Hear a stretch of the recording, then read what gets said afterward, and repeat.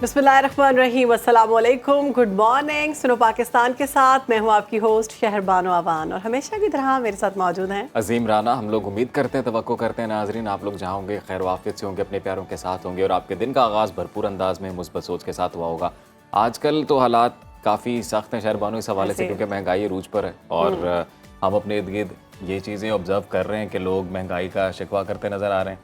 तो ऐसे में मैं ये चाह रहा था कि हम लोग भी जो ऑफ द कैमरा थोड़ा डिस्कस कर रहे थे कि प्रोग्राम के आगाज़ में अपने नाज़रीन को थोड़ा बताएं कि आजकल के दौर में जितनी हमें ज़रूरत है एक दूसरे की मदद करने की, शायद इससे पहले कभी नहीं थी। और बिलखसूस जो सफ़ेद पोश तबका है, एक तबका ऐसा बहुत बड़ा जो हाथ नहीं फैलाता है, जो कभी भी मदद के लिए नहीं कहता है। तो हमें अपने इर्द गिर्द इन चीज़ों का ख्याल रखना चाहिए, क्योंकि महंगाई जिस तरह से बढ़ रही है, कई फैमिलीज़ ऐसी हैं, कई लोग ऐसे हैं जिनके कई बिल्स ऐसे होंगे जो ओवरड्यू होंगे, जो पे करना भी बाकी होंगे। तो ऐसे लोगों की अगर बगैर बताए मदद की जा सके तो मेरे ख्याल से ये बहुत, तो उनकी मदद इस तरह से की जा सकती है अजीम कि अगर आप अपने मोहल्ले की किसी दुकान पर जाएं, जो ग्रॉसरी टाइप दुकानें होती हैं जहाँ से दालें, घी, मतलब ज़रूरी अशिया जो होती हैं वो मिल जाती हैं किचन की, तो वहाँ पर लोगों का, आपके ही मोहल्ले में बहुत सारे लोग होंगे जिनका खाता एक पड़ा होता है। बिल्कुल। तो आप जितना उसमें कंट्रीब्यूट कर सकते हैं, आप पूछें कि किसी का खाता है, तो दुकानदार अगर आपको बताता है तो आप कहिए मैं हेल्प करना चाहता हूँ, लेकिन उस शख्स तक मेरी बात ना पहुंचे या मेरा नाम ना पहुंचे, आइडेंटिटी रिवील ना हो। एग्जैक्टली। एक तो उससे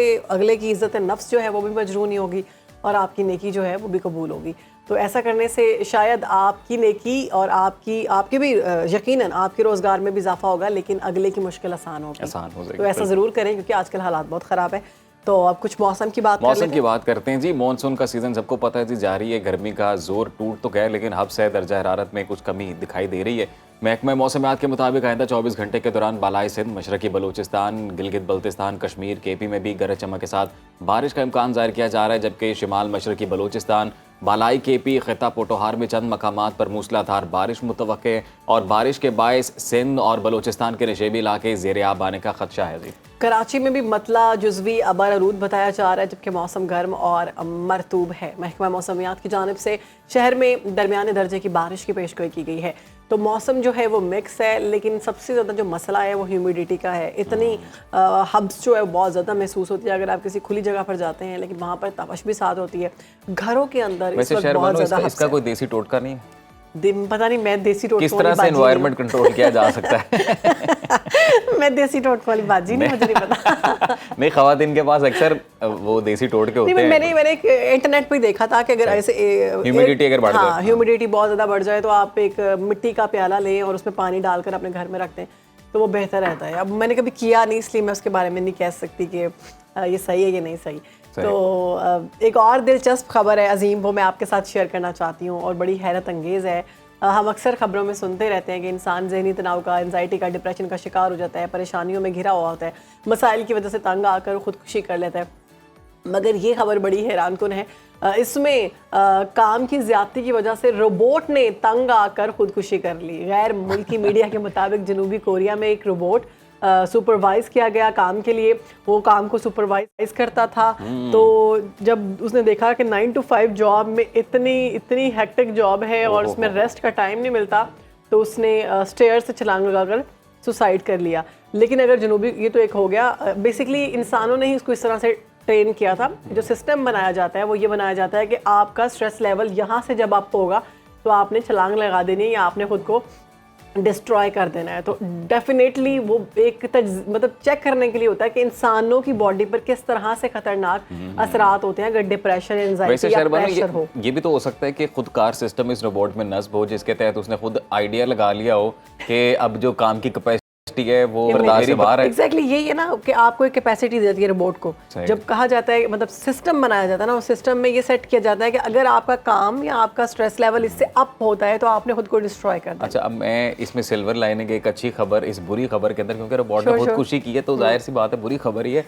और वो ये कि जो ये एक खबर आ रही थी ना कि आर्टिफिशियल इंटेलिजेंस जो है वो इतनी तरक्की करती जा रही है कि शायद रोबोट्स इंसान को रिप्लेस कर देंगे, तो फिर इसका मतलब है इंसान ज़्यादा प्रेशर झेल सकता है। ऑब्वियसली इंसान ज़्यादा प्रेशर झेल सकते हैं। और जनूबी कोरिया की अगर हम बात करें तो वहाँ पर ये इसलिए रोबोट को टेस्ट किया गया क्योंकि वहाँ पर सुसाइड जो रेट है वो बहुत ज़्यादा है, और ख़ास तौर पर वहाँ पर जो नौजवान नस्ल है वो डिप्रेस होकर और परेशान होकर सुसाइड बहुत ज़्यादा अटैम्प्ट कर रहे हैं। उस पर उन्होंने बहुत ज़्यादा मतलब ऐसी माहिरीन से राय भी ली कि हम ऐसा क्या करें जिससे हमारे नौजवान डिप्रेशन एंजाइटी से दूर हों और वो जो हैं वो सुसाइड कम करें।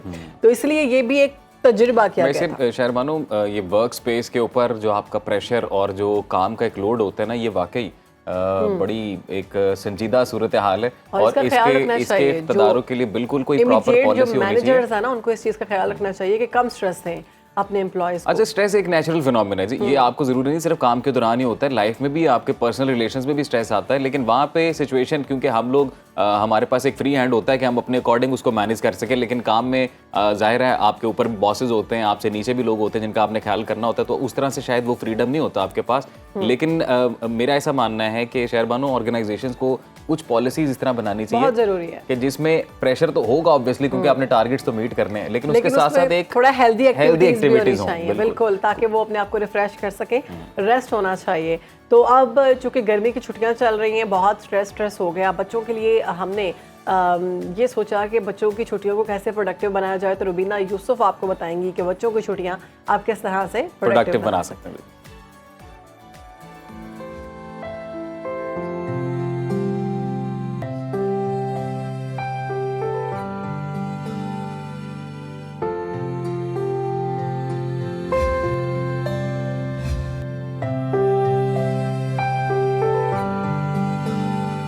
आजकल अक्सर वालिदैन स्पेशली मदर्स ये शिकायत करती नज़र आती हैं कि जो बच्चे हैं उनको प्रैक्टिकल लाइफ में कैसे इन्वॉल्व किया जाए, प्रैक्टिकल लाइफ के लिए कैसे प्रिपेयर किया जाए। और बच्चे बड़े हो रहे हैं, वो अपनी शर्ट नहीं पहन सकते, अपनी शर्ट के बटन खुद से बंद नहीं कर सकते, they can not even make their hair properly, और जो अपने उनके शूज़ हैं उनकी वो लेसेस बंद नहीं कर सकते। तो the mothers are very concerned about it and they are taking it very serious कि जो उनके बच्चे हैं वो हाइजीन का भी ख्याल नहीं रखते। और अगर आपके बच्चे भी ऐसे हैं और आप एज अ मदर बहुत परेशान हैं, तो अब आपको परेशान होने की कोई ज़रूरत नहीं है। आज हम आपको बताएंगे कि बच्चों को मुख्तलिफ छोटी छोटी सी स्किल सिखाकर आप कैसे बच्चों को प्रैक्टिकल लाइफ के लिए प्रिपेयर कर सकते हैं। इस पर बात करने के लिए हमारे साथ मौजूद हैं प्रिंसिपल सना सलीम खान, और उनके साथ कुछ बच्चे मौजूद हैं जो कि आज हमें बताएंगे कि हम जो है ये प्रैक्टिकल कैसे इनको परफॉर्म करेंगे, एक्सरसाइज कर सकते हैं। So thank you so much for your precious time. तो आज मुझे आप बताएंगे कि हम कौन कौन सी एक्टिविटीज़ जो है बच्चों के साथ प्ले करेंगे। Thank you so much, Rubina, for arranging all this recording here in my campus. और मुझे बहुत खुशी है कि आप बाकी जो हमारी आवाम है उस तक ये मैसेज पहुंचाना चाहती हैं कि हम स्कूल में सिर्फ अपने बच्चों को एक करिकुलम तक जो है वहाँ पे महदूद नहीं रखते हैं, बल्कि प्रैक्टिकल लाइफ स्किल्स जिसमें हम फोकस कर रहे होते हैं फाइन मोटर स्किल्स पे, ग्रॉस मोटर स्किल्स पे। इसके अलावा बहुत सारी स्किल्स होती हैं जो रिलेट करती हैं 21st सेंचुरी स्किल्स के साथ। और ये भी कहा जाता है कि जो एक बच्चे की डेवलपमेंट है वो 1 साल से 12 साल के जो दरमियान है वो बहुत ज़्यादा, आप उसको जितना मर्जी चाहे ग्रो करवा सकते हैं और उसको एक रोल मॉडल बना सकते हैं। तो यहाँ पर जो हमारे पास बच्चे मौजूद हैं, ये किस एज ग्रुप से लेके किस? ये कैटेगरी जो है ये 3.5 ईयर्स से स्टार्ट होके 5 ईयर्स तक फॉल कर रही है, और ये बच्चे अर्ली ईयर्स के हैं। मीन्स हमारा जो स्कूल है प्ले ग्रुप से स्टार्ट होता है और हम 3.5 साल का बच्चा लेते हैं, देन नर्सरी आती है, देन किंडरगार्टन क्लास आती है। तो 5 ईयर्स के बाद बच्चा then primary, lower primary level की तरफ हम मूव करते हैं 1 2 3 ऑनवर्ड। तो ये एक्टिविटीज़ यूजुअली जैसे कि आपने कहा कि 1 साल की एज से जो ग्रिपिंग एक्टिविटीज़ होती हैं, जो क्रिटिकल थिंकिंग होती है, बच्चा 6 माह से ऑनवर्ड शुरू कर देता है। जब वो बैठता है, जब गर्दन उसकी संभलती है, तो तब से वो चीज़ों को he can focus or she can focus, वो फोकसिंग उसकी जो स्किल्स होती हैं उस टाइम पे वो बनना शुरू होती हैं। हम कहते हैं ना दिमाग बढ़ना शुरू होता है, चीज़ों को बच्चा देखना शुरू करता है और उसका विजन बहुत इन्हांस हो चुका होता है 6 माह की जो है उसकी उम्र में।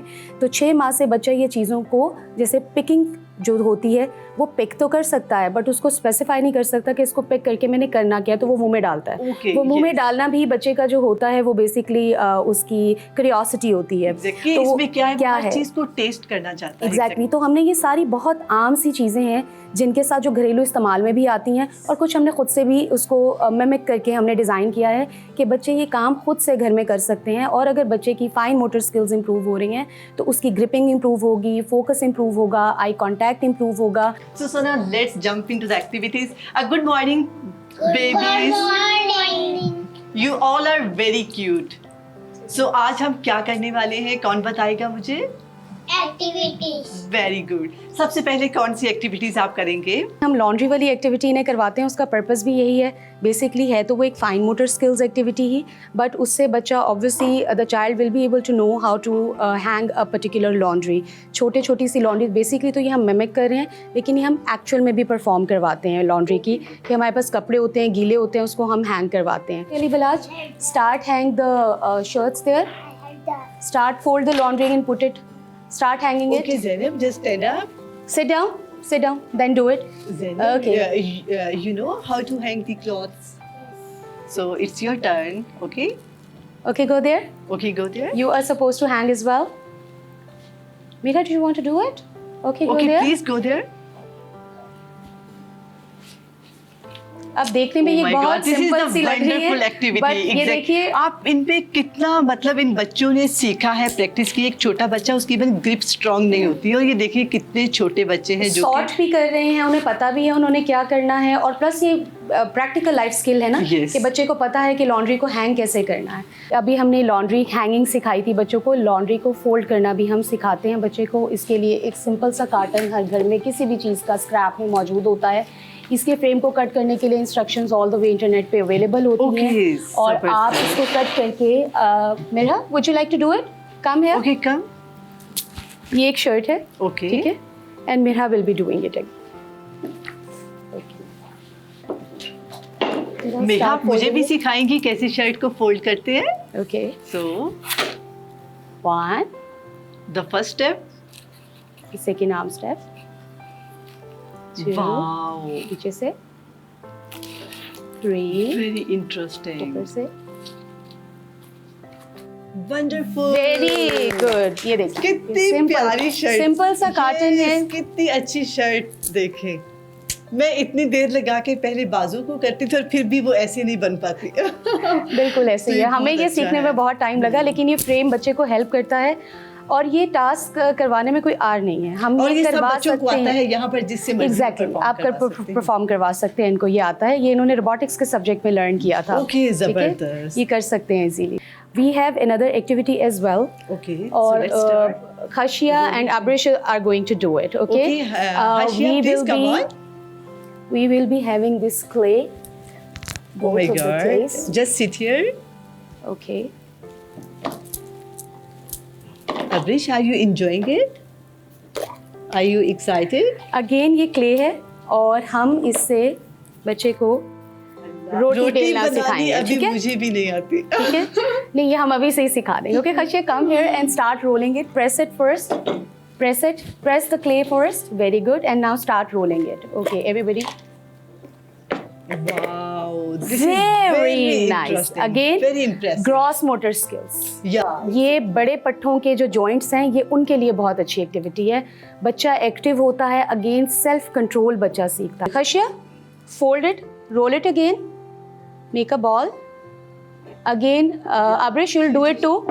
Okay, make a ball, put it on the table, press it up. Very nice. Now, wow, very good, excellent. तो जी सना, हमें बताइएगा, और आपके पास कौन कौन सी एक्टिविटीज हैं जो कि मदर्स को चाहिए कि वो बच्चों को करवाएं? एक और एक्टिविटी है, मदर्स बहुत खुश होंगी देख के, और बच्चे भी बहुत खुश होके परफॉर्म करेंगे।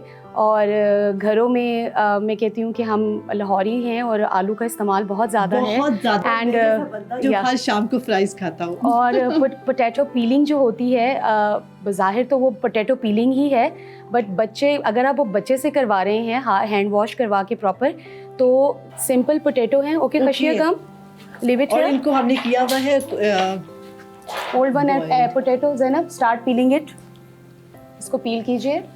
Okay everyone look here, wow, start doing it. Khashia, sit very down. Interesting. Abrish, would you like to do it? Abrish, Okay, come on. hold one, please. Abrish, just peel Okay, it. Neha, you too. Start peeling it. Very good. अगर आप focus कीजिए कि उंगलियों का इस्तेमाल, कितना आंखों का इस्तेमाल। फोकस्ड है बच्चे के, उन्होंने ये फिर ये Abrish, look here. Problem solve करना है। Start peeling it. छीलना शुरू करें. Very good. Very nice.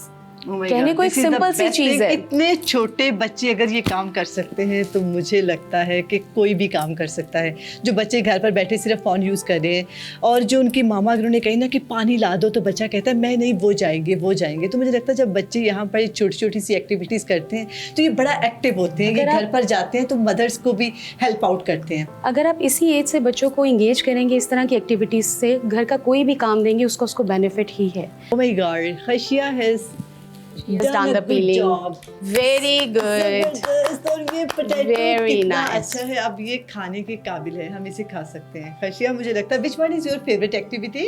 This one very peeling nice. potatoes, मुझे बच्ची लगता है ना तो उन्हें वो ही Exactly. घर का काम अच्छा लगता है। वेरी तो ये नाइस। बहुत अच्छा, मुझे लगता है कि ये बच्चे पील ऑफ के बाद खाते भी अब होंगे, देखिए इसलिए अगर आप बहुत फोकस पसंद है। कीजिए, इनकी फिंगर्स का यूज़ बहुत ज़्यादा है और अली बिलाश तो पोटैटो And they खा are भी रहे highly हैं। focused. Very nice. He is eating the potato as well. देखिए कितना इनको बेनिफिट बहुत हो रहा है और जबरदस्त। Eventually by the end of the day ना सिर्फ ये बच्चे को प्रैक्टिकल लाइफ में इंडिपेंडेंस सिखाएगा, इनको सेल्फ सफिशिएंट बनाएगा, और बच्चे बल्कि इनके कितना एकेडमिक्स में भी confident। हेल्प करेगा। पेंसिल ग्रिप अच्छी होगी इनकी इवेंचुअली। और जब बच्चा क्रिटिकल थिंकिंग स्किल्स एक्टिविटीज़ करता है और उसकी क्रिटिकल थिंकिंग इनहैंस होती enhance हो है, जाती है। वो क्लास में बहुत अच्छा परफॉर्म करता है बच्चा academically. Hi Shia, are you excited कि आपको इतने सारे काम आ गए हैं? आप क्या हेल्प करती हैं मामा की? डस्टिंग, वाओ जबरदस्त। पता है जब मैं बहुत छोटी थी ना तो मैं भी ये करती थी डस्टिंग, और बहुत मजा आता है ना मामा की हेल्प करके, फिर आपको शाबाश मिलती है। Very good. बलाज, आपके कितने बहन भाई हैं? 2 और वो भी ये करते हैं या फिर आपको बस आती है ये एक्टिविटीज? आती हैं उनको भी आती हैं। आपको ज्यादा आती हैं या उनको आती हैं? मुझे। वाओ, तो आप घर पर क्या करते हैं? मामा की क्या हेल्प करते हैं? Dusting. Oh my God! So you guys are best friends. आप लोग बेस्ट फ्रेंड्स हैं घर पर, है ना? कितनी जबरदस्त एक्टिविटीज हैं, हमारी एज में हमें कभी किसी ने ऐसे नहीं सिखाई। अच्छा, मुझे बताएं कि जो एक्टिविटीज हैं बच्चों को किस एज से ये स्टार्ट करनी चाहिए? देखिए जो लर्निंग एज बच्चे की स्टार्ट होती है वो तो वैसे मैं तो कहती हूँ कि माँ की गोद से स्टार्ट होती है, लेकिन Yeah, बच्चा जो चीज़ें ऑब्जर्व करना शुरू Mom करता is है the first mentor. स्टार्ट होती है वो 6 मंथ से, क्योंकि बच्चा बैठना शुरू करता है, उसकी गर्दन संभल जाती है, वो चीज़ों उसका विजन बहुत इंप्रूव हो चुका होता है, वो कलर्स को जो है देखना शुरू करता Recognize है। करता है ये। रिकग्नाइज तो बच्चा जब बोलने लगता है तब रिकग्निशन अच्छी होती ठीक है, है। लेकिन जैसे 2 साल की एज में बच्चे की रिकग्निशन अच्छी हो जाती है। लेकिन ये जो अर्ली स्टेप होता है, जैसे ग्रिपिंग की अगर मैं बात करूँ तो 6 माह की एज से स्टार्ट होता है, लेकिन इतनी एज के बच्चे को ये नहीं पता होता कि मैंने ग्रिप करके इसका करना क्या, तो वो मुंह में डाल देता है, वो अच्छा। उसकी क्यूरियोसिटी होती है। अच्छा, मुझे ये बताएं कि किसका इंतहाई एक अहम किरदार है अपने एक बाप का या माँ का कि वो अपने बच्चों को ये स्किल सिखाएं और एक प्रैक्टिकल लाइफ के लिए प्रिपेयर करें, तो ज़्यादा किसका एक आप देखिए समझते हैं कि किरदार है? अगर मैं बात करूं, किरदार तो दोनों का ही बहुत अहम है, लेकिन घर में मौजूद माँ ही होती है। Exactly. और She runs the home. Home maker होती हैं, और बच्चों की तरबियत का जो ज़्यादा प्रेशर होता है वो होता भी माँओं के ऊपर ही है। तो घर पे होने के बाद ऑब्वियसली मदर्स जो हैं, बच्चे स्कूल चले जाते हैं, जब स्कूल से वापस आते हैं तो मेरे ख्याल से एक मोबाइल की बजाय अगर हम बच्चों को इस तरह के गैजेट्स प्रोवाइड करेंगे, जो हैंडमेड गैजेट्स हैं, ये बच्चों को बहुत हेल्प करते हैं। So thank you so much Sana for your precious time and children's activities were really appreciated. मुझे बहुत मज़ा आया।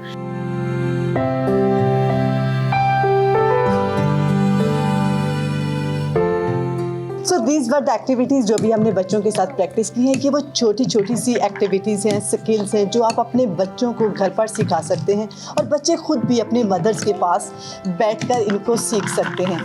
और इसमें बहुत सारी लर्निंग है, जैसे कि ये सॉर्टेड हैं, ये जो बीड्स हैं, इसमें आप इनको ये एज अ प्रॉब्लम सोल्व कर रहे हैं आप इनकी, और आप फिर ये जो कलर्स भी याद कर रहे हैं कि मैं अभी कौन सा कलर एक बार में डाल रही हूँ। मुझे लगता है कि ये बच्चों को अपने घर पर करनी चाहिए, जो मदर्स हैं उनको फोकस करना चाहिए कि वो अपने बच्चों को प्रैक्टिकल लाइफ के लिए प्रिपेयर कर सकें।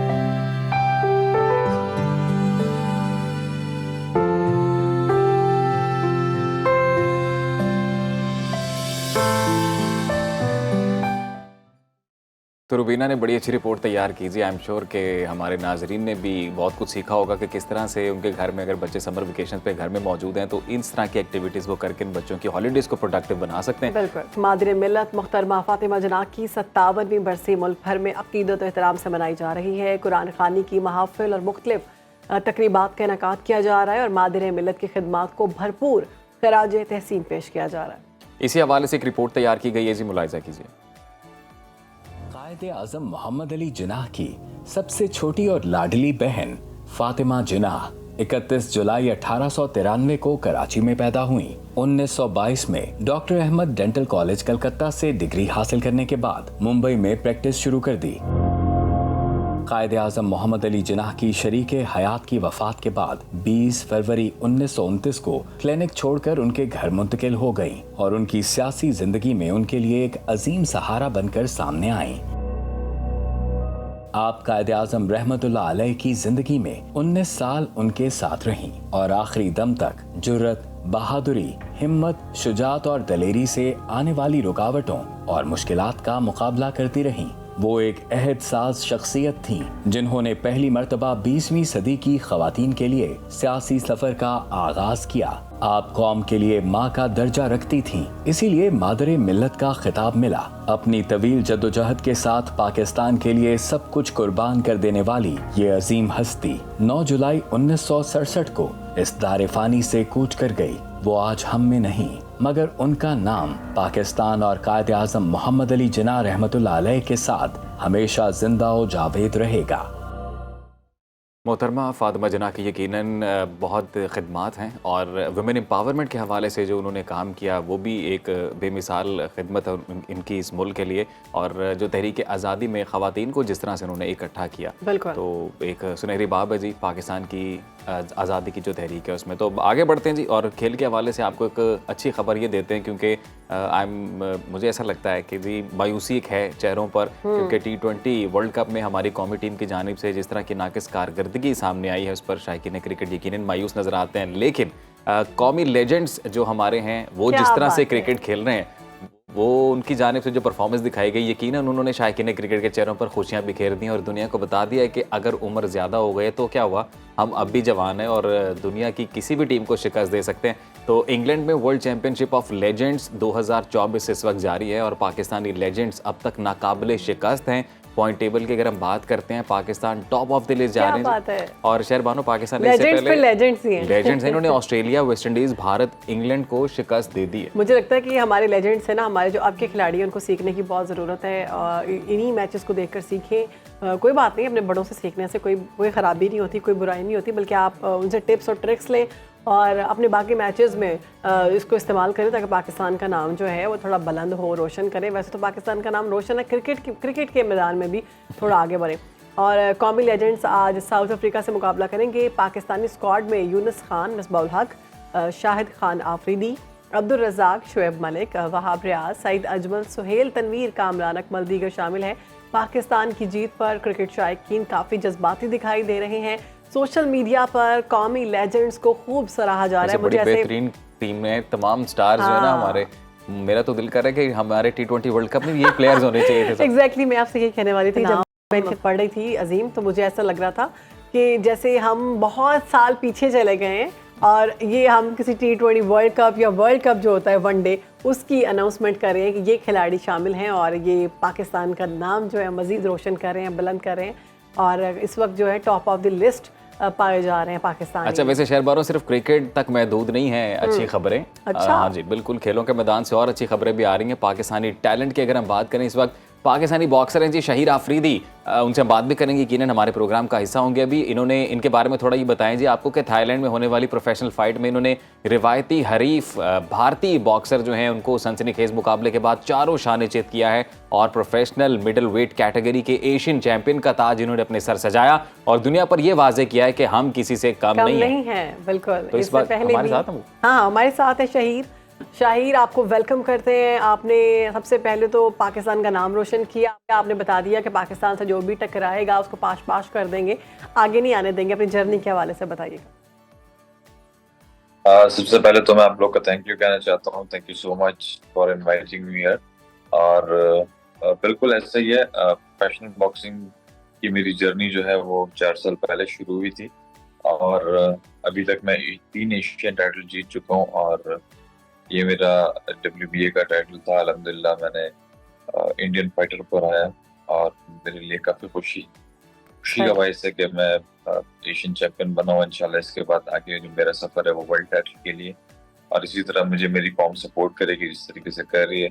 आप लोग हैं, बाकी लोग हैं, और इंशाल्लाह मैं वर्ल्ड टाइटल जरूर करूँ। इंशाल्लाह जी, हमारी दुआएं आपके साथ हैं, आप मजीद कामयाब हो, मजीद मेडल्स लेके आए पाकिस्तान के लिए। शहीर, अब अगर बात हो पाकिस्तान वर्सेस इंडिया, रिवायती हरीफ भारत से जब मुकाबला होता है तो उस वक्त किस तरह की फीलिंग आती है? कोई अलग जज्बा होता है? माइंड में क्या चल रहा होता है उस वक्त? जी देखें, मैं पर्सनली अगर अपनी बात करूं तो मुझे फाइट से पहले तक तो कुछ भी नहीं होता, लेकिन जैसी फाइट के दिन करीब आने लगते हैं सोशल मीडिया एक्टिव हो जाता है बिल्कुल, और लोगों की वीडियोस बाकायदा बनना शुरू हो जाती है, मैसेज आना शुरू हो जाते हैं कि सबसे हार जाओ, इंडिया से नहीं हारना। बस ये वाला जो जुमला होता है ना, वो इंसान को बिल्कुल 100% प्रेशर के एक कुएं में धकेल देता है, और फिर प्रेशर इतना ज्यादा हो जाता है कि यार ये क्या कह दिया इस बंदे ने, बिल्कुल सबसे हार जाओ, इंडिया से नहीं हारना। तो फिर वो काफी प्रेशर होता है। जब आप भारतीय हरीफ के साथ मुकाबला कर रहे थे, अलग है। तो ऐसा कौन सा लम्हा था जब आपको लगा कि बस मैच तो अब मेरे हाथ में है? नहीं, मैं पर्सनली आपको ये बताऊं, मैंने मेहनत इतनी ज्यादा की थी। 3 महीने मैंने भरपूर इस फाइट के लिए ट्रेनिंग की थी, और जब मैं रिंग में गया और वहां पर पाकिस्तानी कम्युनिटी और काफी लोग मैंने देखे, और उसके बाद ही मुझे जब वो तराना बजा तो मुझे उसी वक्त लगा कि मैं बस अब इसको नहीं छोड़ूंगा, इंशाल्लाह मैं जीत जाऊंगा। और अल्हम्दुलिल्लाह वही हुआ, तीसरे राउंड में नॉकआउट कर दिया। क्योंकि हमारे तराने का मजा ही ऐसा है कि वो मैं सुन के इतना जज्बाती हो गया था, मैंने कहा बस जज्बा हुब्बुल वतनी जाग जाता है। तो शहीर, अभी एक प्रेशर की आप बात कर रहे थे, बिल्कुल बहुत प्रेशर होता है जब अवाम की उम्मीदें आपसे जुड़ जाएं, और फिर ये जो बात आपने कही था कि कुछ भी हो जाए, किसी टीम से भी हार जाए, बस इंडिया से नहीं आपने हारना, तो इस प्रेशर को फिर कैसे हैंडल किया? जब आप रिंग में खड़े थे, आपका ओपोनेंट आपके सामने था, तो क्या चल रहा था ब्रेन में? जी देख, इससे पहले तो मेरा वार्म अप भी नहीं हो रहा था, मैं इतना ज्यादा नर्वस था, क्योंकि और जाहिर सी बात है वो भी तैयारी करके आया था, अपनी इंडियन टीम को रिप्रेजेंट कर रहा था। उसके भी दिल में ये सब चल रहा होगा। लेकिन कुछ चीजें ऐसी होती हैं, स्पोर्ट्समैन अगले स्पोर्ट्समैन की एक्टिविटी देखता है, उसको देखता है तो वो काफी गलतियां नोट करता है। तो मैंने उसको देखा, वो मुझसे ज्यादा वो डरा हुआ था।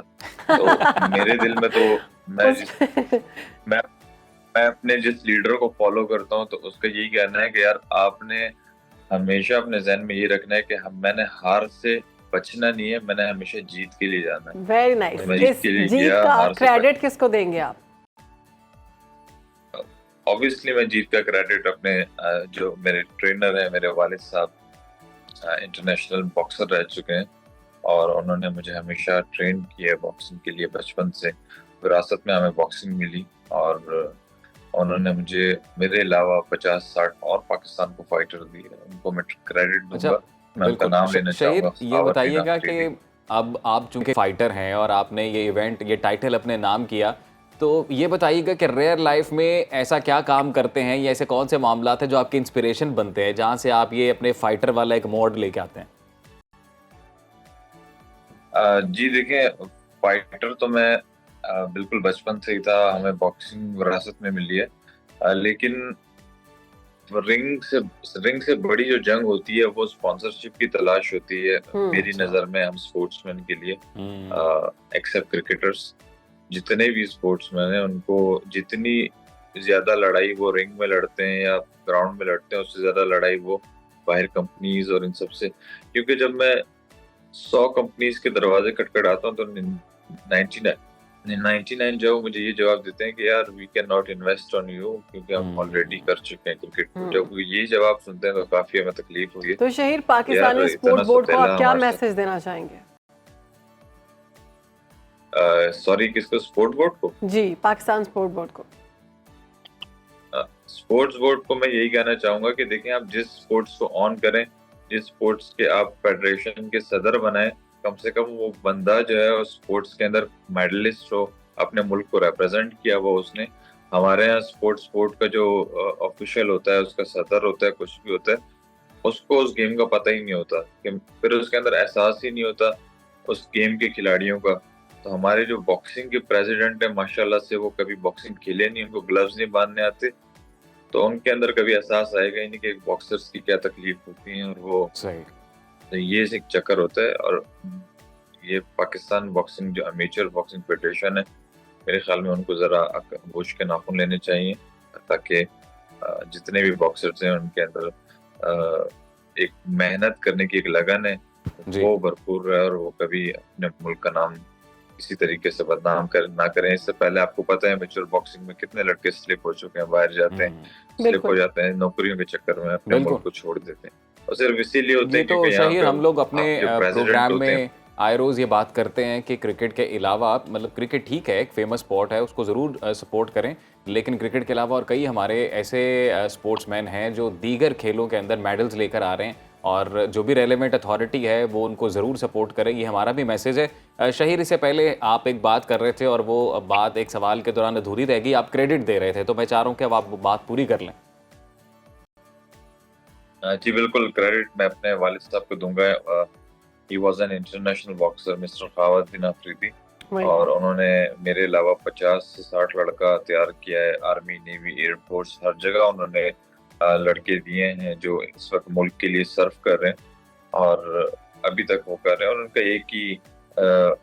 एक ही उनका मिशन है कि ड्रग फ्री लड़का हो, जितने भी हमारी नेशन है वो पढ़ा लिखा बच्चा, और उसके अलावा हम गर्ल्स को भी तैयार कर रहे हैं। हमारी काफी Very लड़कियां nice. हैं, रोमा यूसुफ है, उनके अलावा मारिया एक लड़की है जो पाकिस्तान को रिप्रेजेंट करती है। तो हम वुमेन एम्पावरमेंट पे भी काम कर रहे हैं। काफी ऐसी चीजें हैं जो अल्लाह का शुक्र है मेरे वालिद साहब इसमें आगे से आगे हैं। और लेकिन मैं वही बात कहूँगा कि उन्होंने कभी हुकूमत की तरफ से कोई ना गिला किया ना कुछ, लेकिन वो कर रहे हैं इसके लिए, तो मैं उनको खराज तहसीन पेश करना चाहता हूँ आपके इस प्रोग्राम की तरफ से। ज़बरदस्त शहीर, आप पाकिस्तान के हीरो हैं, आप हम सब के हीरो हैं। मज़ीद आगे बढ़ें, कामयाबी हासिल करें, पाकिस्तान का नाम रोशन करें। ऐसा है मेरा पाकिस्तान। इतनी ज़्यादा सपोर्ट नहीं मिलती, उसके बावजूद ये लोग जाते हैं अजीम, और वहाँ पर जाकर परफॉर्म करके जीत कर आते हैं। बहुत बड़ी बात है। ये जज्बा हुब्बुल वतनी बहुत ज़रूरी है। प्रोग्राम में आगे बढ़ेंगे, बात करेंगे आज के नई रिसर्च हमारी कौन सी सामने आई है। अलार्म के हवाले से नौजवान रिसर्चर हमारे साथ मौजूद है नक्श काजी। वेलकम करते हैं नक्श, कैसी हैं आप? मैं ठीक हूँ। तो आज क्या कैसे लेके आई हैं रिसर्च? अच्छा, अल्हम्दुलिल्लाह। आज पहले मुझे ये बताएं कि आप लोग जो है सुबह अलार्म लगा के उठते हैं? बिल्कुल, मेरा तो लगा होता है। अच्छा, नहीं, मैं तो अलार्म से पहले उठ जाता हूँ। आप अलार्म से पहले उठ जाते हैं? इनके दिमाग में अलार्म लगा होता है। ओके, और क्या ऐसा कभी हुआ है कि अलार्म लगाया हो और उससे कोई 5 दफ़ा पहले आप खुद उठे हो? हाँ, होता रहा है अक्सर। अच्छा, ये तब होता है जब कोई बहुत ज़रूरी बहुत event हो। ज़रूरी। जब आपका होता ये है कि आप ना यूज टू नहीं होते एक चीज़ के, ठीक है? आप लेट्स से 9 बजे उठने के आती हैं, आज आपकी कोई मीटिंग है जो सुबह 8 बजे है, अब आप उठेंगे सुबह 6-7 बजे, आपने अलार्म लगाया। अब उसको कहते हैं एंटीसिपेटरी एंजाइटी। वो आपको होती है क्योंकि आपका बार बार माइंड ये कह रहा होता है कि कहीं मैं लेट ना हो जाऊँ, क्योंकि मैं आदी नहीं हूँ इस चीज़ का, ठीक है? जो लोग देर से उठते हैं उनके साथ ये अक्सर प्रॉब्लम होती है। अच्छा, मज़े की बात ये है कि जो फिज़िकल अलार्म क्लॉक है ना वो तो है, लेकिन एक इंटरनल अलार्म क्लॉक भी होती है, और उसको कहते हैं सर्केडियन रिदम। अच्छा, अजीम का वो है सर्केडियन रिदम। मेरा सबका होता सर्केडियन है, रिदम नहीं, हम सबका है सर्केडियन रिदम। हमारी बॉडी जो 24 आवर्स में जिस तरह वर्क करती है उस अलार्म क्लॉक के थ्रू करती है। Okay. हमारी बॉडी के अंदर जो इंटरनल अलार्म क्लॉक है वो हमें ये बताता है कि अब हमारा कौन सा टाइम है सोने का, जागने का, ठीक है? तो सर्केडियन का मतलब ही यही होता है कि 24 आवर्स अ डे, ठीक है? जो आपका डे के अराउंड द डे जो होता है। अच्छा, उसमें होता क्या है? अब ये है कि जो आपका ये रिदम है, ये रिदम आपकी बहुत सारी चीज़ों से इफ़ेक्ट होता है, जैसे एनवायरनमेंट से इफ़ेक्ट होता है, जैसे टेम्परेचर से इफ़ेक्ट होता है, ठीक है? ये सारी चीज़ें मिलके ना इसको चेंज भी करती हैं, डिस्टर्ब भी करती हैं। अगर आपको ये लगता है कि आप दिन मतलब रात में अगर सो रहे हैं और डिस्टर्ब हैं, थोड़ी रीज़न ये भी हो सकती है कि आपका मैट्रेस कंफर्टेबल नहीं है, ठीक है? आप अपसेट हैं, आप उठ रहे हैं, थोड़ी थोड़ी बाद उठ रहे हैं, आपका एनवायरनमेंट गर्मी लग रही है या बहुत ठंड लग रही है, डिस्टर्ब हो रहे हैं, ठीक है? That effects your internal clock also, ठीक है? अच्छा, मज़े की बात ये है, अगर अलार्म क्लॉक से, क्योंकि ये हमारी इंटरनल अलार्म क्लॉक है, तो अगर कुछ रिसर्च आपके साथ शेयर करूं तो वो लोग जो अलार्म क्लॉक लगा के उठते हैं ना वो ज़्यादा थके हुए होते हैं उनसे जो नेचुरली खुद से उठ जाते हैं। खुद से उठ जाते हैं। अजीम, आप तो फिर इसका मतलब है मैं बड़े फ्रेश होते हैं। जी, और मैं तो पहले अलार्म बिल्कुल नहीं उठती, मैंने अलार्म इस तरह का लगाया होता है हाँ कि थोड़ा उठने से आधा 3 घंटे अलार्म पहले का उठती हैं अलार्म। आप? आप 3 अलार्म्स में उठती हैं? नहीं नहीं, मैं पहले अलार्म पे लगा देती हूँ कि इसके बाद तो मैंने 10 मिनट सोना है, और दूसरे अलार्म पे उठती हूँ। ये भी गलत। अच्छा, जो 10% लोग ऐसे हैं जो थर्ड अलार्म पे उठते हैं, अच्छा स्नूज कर करके ना उसको, हाँ, बार और बार। जो लोग स्नूज कर करके उठते हैं ना, उनकी वो ये समझ रहे होते हैं थोड़ा सा टाइम गेन कर लिया, अब थोड़ा सा और सो लिया, अच्छा नहीं मैं थोड़ा और सोऊंगा, लेकिन उससे ना आपकी नींद बहुत इफेक्ट होती है। अच्छा, आपको जो वो एंड वाले आधे घंटे में क्या इफेक्ट होना? नहीं, वो आपका माइंड भी अलर्ट हो जाता है ना। आपको, आप यकीन करो कि अगर आप ये सोचते हो कि अच्छा मैं दूसरे वाले अलार्म पर उठूंगा, तो आपका दिमाग एक्टिव ही होता है। हाँ, आप सो नहीं रहे, आपको लग रहा है, तसल्ली है, मेंटली सेटिस्फेक्शन के लिए आपने हाँ, आंखें वो बंद की होती है। तसल्ली है एक कि अच्छा ठीक है अब मैं लेकिन इस पे मैं इस उठूंगा। बात से थोड़ा सहमत नहीं करती आपसे, अग्री नहीं अच्छा, करती। जैसे आपने पहला अलार्म लगाया, और कई दफा मेरे साथ ऐसा हुआ है कि दूसरे अलार्म पे मैं उठी ही नहीं। अगर मेरी आंख अलार्म बजता रहा, मेरी आंख घंटे बाद खुली, मतलब वो मैं 5 मिनट के लिए सोई थी, लेकिन वो इतनी गहरी नींद थी कि घंटा गुजर गया। हाँ, बहुत अब दफा ऐसा हुआ। उसमें पता है क्या, उसमें अब प्रॉब्लम यही है ना कि जो आपकी रिसर्च ये कहती है कि जो अलार्म से उठने के लोग आदी होते हैं ना, उनकी स्लीप में मतलब उतनी वो नहीं होती, आपको जो सेटिस्फेक्शन sleep नहीं होती। डीप भी नहीं है और कंफर्टेबल स्लीप भी नहीं है। आपकी स्लीप जो है ना बस सतही स्लीप है कि आप जो है ना बस पूरा कर रहे हैं टाइम, आपको लग रहा है कि अच्छा मैं सो रहा हूँ, लेकिन ना आपकी बॉडी उस तरह रेस्ट नहीं कर रही, आपको फ़ायदा उसका नहीं हो रहा, क्योंकि जो आपकी अपनी स्लीप है और जो आपकी इस रिदम के थ्रू स्लीप है ना, दैट इज़ द मोस्ट मतलब बेनिफिशियल वन। ठीक है, इसमें ये है कि अच्छा मज़े की बात ये है कि बेबीज़ में सर्केडियन रिदम नहीं होता, इसलिए आपने देखा है कि वो कभी भी सोते हैं और कभी भी सो उठ जाते हैं। जाते हैं। ठीक है, फिर बच्चों में जब वो थोड़े बड़े होते हैं तो फिर थोड़ा रिदम बनता है, एक टाइम तो बनता इसका है। एंड क्या है, हमें क्या करना चाहिए? इसका ये है कि आप ये करें कि आप एक रूटीन मेंटेन करें। ठीक है, सुबह उठने का टाइम तय कर लें कि जी इतने बजे मैंने सुबह उठना है, रात का कोई प्रॉब्लम तो नहीं उठा ही नहीं जाता। नहीं, आप कोशिश करें ना, क्यों नहीं, आप 1-2 दफ़ा हेल्प ले लें उससे अलार्म क्लॉक सही कह से, रही हैं आप। लेकिन उसके बाद अपने इंटरनली अपने आप को बिल्कुल ठीक कह रही ट्रेन हैं करें आप इस कि अगर चीज़ पे। हमारी बॉडी जो है इस चीज़ की आदी हो जाती है कि हमने क्या करना है, लाइक अगर आप रात को जल्दी सोते हैं तो दिन में आप जल्दी उठ जाते हैं, जितनी मर्जी कोशिश करें आप लेट नहीं सो सकते। नाजरीन, बात करते हैं कुछ स्किन केयर के हवाले से। आपको पता है कि आजकल बरसात का मौसम है और गर्मी के सताए लोग बारिश में नहाने का कोई मौका हाथ से नहीं जाने देते हैं, लेकिन हम ये भूल जाते हैं कि बारिशों के मौसम में हवा में नमी ज़्यादा होती है और ये मौसम बैक्टीरिया का बायस बनता है, इसलिए बरसात में स्किन का ख्याल रखना बहुत ज़रूरी है। एक्नी हो जाती है, एलर्जी होती है, मुख्तलिफ तरह के इन्फेक्शन होते हैं और ऐसे ही मौसम में आपको ये इन्फेक्शन अपना शिकार बनाते हैं। तो किन चीज़ों का ख्याल रखना चाहिए, हम जानते हैं अपने गेस्ट से। बिल्कुल, बात करने के लिए हमारे साथ मौजूद हैं डर्मेटोलॉजिस्ट हैं डॉक्टर कंजा आफ्ताब। वेलकम करते हैं डॉक्टर साहब, कैसे हैं आप? अस्सलाम वालेकुम। बिल्कुल, वालेकुम अस्सलाम। अच्छा, ये जो ह्यूमिडिटी वाला वेदर है और स्पेशली ये बरसात का मौसम जिसको कहते हैं, इसमें स्किन जो है बहुत अजीब सी हो जाती है, एक्नी होती है, और अगर कोई ज़ख्म होता है तो वो ख़त्म नहीं होता, स्कार को पड़ गया तो वो भी नहीं जाता। तो उसके लिए हमें क्या करना चाहिए? सबसे पहले तो हमें ऐसे मौसम में अपनी स्किन को कैसे बेहतर रखना है? अच्छा, सबसे पहले तो ह्यूमिडिटी के बढ़ने की वजह से ना, जैसे अभी अजीम ने बात की कि बैक्टीरियल ग्रोथ बढ़ जाती है। जी। वैसे तो हमारी स्किन के ऊपर नॉर्मल फ्लोरा होता है, बैक्टीरियाज होते हैं जो हमारे लिए बड़े बेनिफिशियल हैं, लेकिन जैसे ही नमी वाला मौसम आता है तो उनकी अफजाइश बढ़ जाती है। तो अगर आपको हल्की सी भी चोट लगेगी, हल्की सी भी खराश आएगी, तो एक बहुत बड़ा इन्फेक्शन स्किन पे कॉज कर देंगे। इसीलिए एक्नी के ब्रेकआउट्स बहुत बढ़ जाते हैं। तो रिंग वार्म्स जैसे फंगल इन्फेक्शंस हैं, ऐसी जगह जहाँ पे छुपी हुई जगह हैं और हवा का गुजर नहीं होता, जैसे बगलें होती हैं या बिकनी लाइंस हैं, तो इनमें इंटरट्राइगो या फंगल इन्फेक्शंस बहुत ज़्यादा बढ़ जाते हैं। तो सबसे पहले तो इस बात का ख्याल रखना चाहिए कि अपनी हाइजीन को मेंटेन रखें। दिन में कम से कम 2 दफ़ा शावर ज़रूर लें, आप ऑफिस जाने से पहले और ऑफिस से आने के बाद दोबारा शावर लें। और दूसरे ये कि अच्छी तरह से अपने जिस्म को ड्राई करके फिर कपड़े पहने। अगर उन अक्लूडेड एरियाज़ में नमी रह गई और ह्यूमिडिटी रह गई तो वहाँ पे फंगल ग्रोथ लाजमी होगी। एक तो इस बात का ख्याल रखें। दूसरा ये कि अक्सर मैं बताती हूँ कि आजकल के मौसम में ख़ास तौर पे आपको टोनर की बहुत सख्त ज़रूरत होती है। टोनर लाजमी इस्तेमाल करें, अर्के गुलाब का इस्तेमाल करें, बेस्ट टोनर है, ऑर्गेनिक है, कोई रिएक्शन नहीं करता, कोई एलर्जीज़ नहीं करता, क्योंकि आजकल के मौसम में एलर्जीज़ भी बहुत ज़्यादा कॉमन हो गई हैं।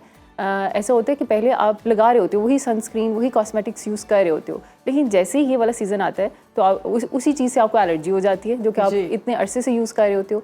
उसकी वजह क्या है कि आपका स्किन बैरियर जो है ना, इस मौसम में थोड़ा सा ब्रेक होना शुरू हो जाता है। तो आपने ख़ास तौर पे एक अच्छा सा लाइट वेट मॉइस्चराइज़र ज़रूर रखना है, जो कि आपको बहुत ज़्यादा एक्लूसिव भी ना हो और बहुत ज़्यादा पसीना भी ना आए आपको लगाने से। एक लाइट वेट सा मॉइस्चराइज़र हो, और बेटर ये है कि सनस्क्रीन की फॉर्म में हो तो बहुत अच्छी बात है। सनस्क्रीन हम कौन से यूज़ कर सकते हैं?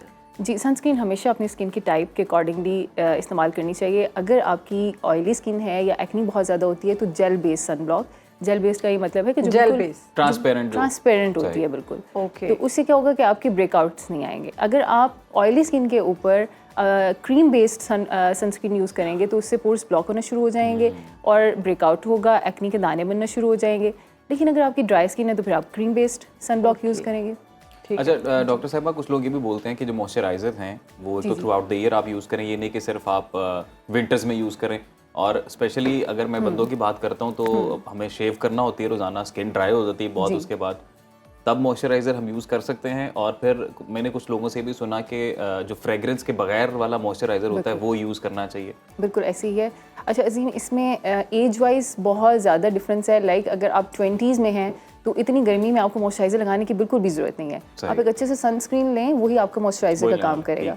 लेकिन जैसे ही हम 30+ 40s में जाना शुरू करते हैं, ख़ास तौर पे ख़वातीन जो कि पेरीमेनोपॉजल हो जाती हैं, तो स्किन ड्राई होना शुरू हो जाती है क्योंकि फीमेल हार्मोन्स जो हैं वो डिक्रीज़ होना शुरू हो जाते हैं, जो कि आपकी स्किन को यंग रखते हैं, मॉइस्चराइज रखते हैं।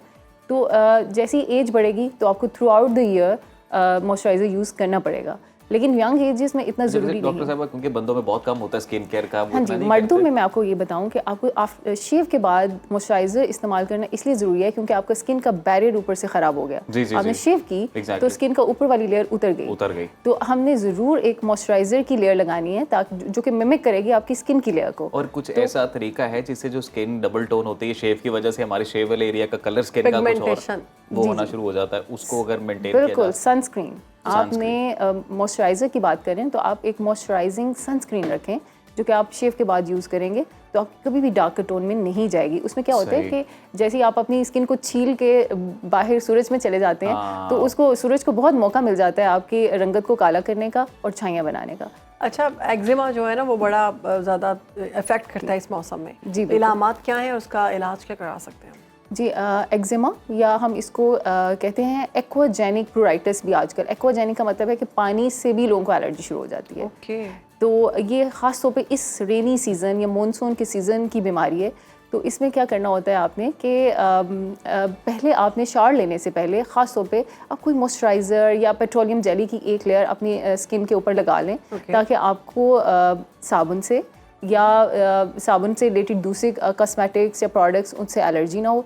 दूसरी बात, मैंने बहुत देखा पेशेंट को, आई डोंट नो मुझे वो नाम लेना चाहिए कि नहीं, एक एंटीसेप्टिक होता है, बहुत कॉमनली अवेलेबल है और उसको भर के अपनी पानी में डाल के और उसको उनको लगता है कि इससे हमारी इचिंग ख़त्म हो जाएगी और उससे इचिंग बढ़ जाती है क्योंकि वो भी प्रोरेटिक है, वो भी एलर्जीज कॉज करता है क्योंकि इतना एसिडिक मटेरियल है वो। अगर आप उसको बगैर पानी मिक्स के लगाएं तो आपकी स्किन बर्न हो जाती है। लेकिन उसके सोप भी तो आते हैं, लोग सोप भी स्पेशल यूज करते हैं। तो अगेन आप समझ गए हैं बिल्कुल कि मैं किस चीज़ की बात कर रही हूँ। तो सारे एंटीबैक्टीरियल सोप्स जो हैं वो खास तौर पे क्योंकि वो सबके घरों में सबके घरों में सबके साथ ही हुआ है। मेरे तो भाई ने एक दफ़ा उसको डायरेक्ट अप्लाई कर लिया था एक्ने के ऊपर, तो उसकी स्किन बर्न हो गई थी। तो ये सारी ही मैं कि कोई एक ब्रांड नहीं बल्कि सारे एंटीबैक्टीरियल सोप्स जो हैं वो आपकी स्किन बैरियर को ब्रीच करते हैं और एलर्जीज कॉज करने का बायस बनते हैं। इसलिए हम कहते हैं कि मॉइस्चराइजिंग होना चाहिए जो भी आपका। आप सादा पानी से भी नहा लें ना तो दैट्स एनफ। क्यों, पहले ज़माने में कोई साबुन नहीं होता था तो लोग साफ़ नहीं रहते थे क्या?